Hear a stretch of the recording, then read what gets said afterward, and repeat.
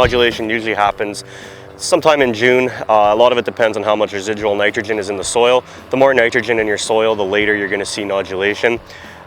Some things you can see when the crop is starting to nodulate is you may see the crop flash yellow, and that's pretty typical. Some varieties show it more than others, but basically that's happening when the soybean plant is switching from soil nitrogen to pulling nitrogen from its nodules. So basically, to check for nodulation, you're going to want a few different tools. One is a shovel and the other one is a pail of water. First thing you're going to want to do is dig up some plants. We definitely don't want to pull the plants because we're prone to ripping off lateral roots and you don't get the full picture of what's going on. So when you're digging up a plant, you want to make sure you get underneath it, go far enough away that you're not cutting off any roots, and then basically pull them up. Just set them down gently. And basically, you're going to want to use a pail of water to wash the roots off so you're not tearing off any lateral roots. So just submerge it in water and slowly work the dirt off the roots. Depending on your soil type, this might be easier or harder depending how sticky it is. And basically when you're done, definitely you can see I have a lot more roots here compared to when I just pulled the plant out. So definitely don't just pull the plants, you want to wash those roots and dig up that plant. And here you can see a lot more nodules forming. So depending on your source of inoculant, if you have a liquid or a peat inoculant on seed, you're going to see more nodulation right around the crown of your root, so right at the base here.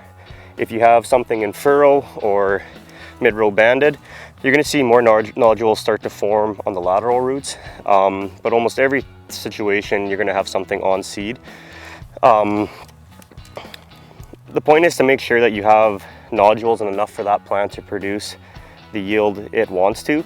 So a soybean plant requires about 5 pounds of nitrogen per bushel of yield. So if you're looking for 40 bushel soybeans, you're looking for about 200 pounds of nitrogen.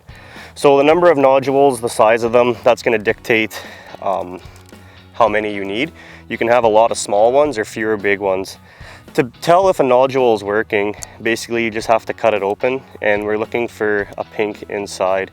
That would indicate that that nodule is fixing nitrogen for that plant. So that's something to be checking for when you're looking for nodulation. Check how many you have, if they're pink inside, if they're working. Again, it's not unusual to see a plant flash yellow when it's first switching over to its nodules to pull nitrogen from the air. But just be out checking your fields and make sure you do it properly to know what's going on. So the reason we want to check for nodulation is just in case something goes wrong. Inoculant can be sensitive to the environment, so if we get some pretty adverse conditions, a lot of moisture, stuff like that, it can cause that inoculant not to work, and basically we don't get nodulation. So in that situation, we want to start looking at a rescue treatment. So a rescue treatment could be spreading granular fertilizer, using liquid, but basically replacing that source of nitrogen that plant lost. So depending on the time of year and what that yield potential is going to really dictate how much nitrogen you're going to want to put down. There's no silver bullet for a set amount. It really depends on the time of year and what that yield potential is of that plant. So rescue treatments are an option, but they're definitely not the first choice.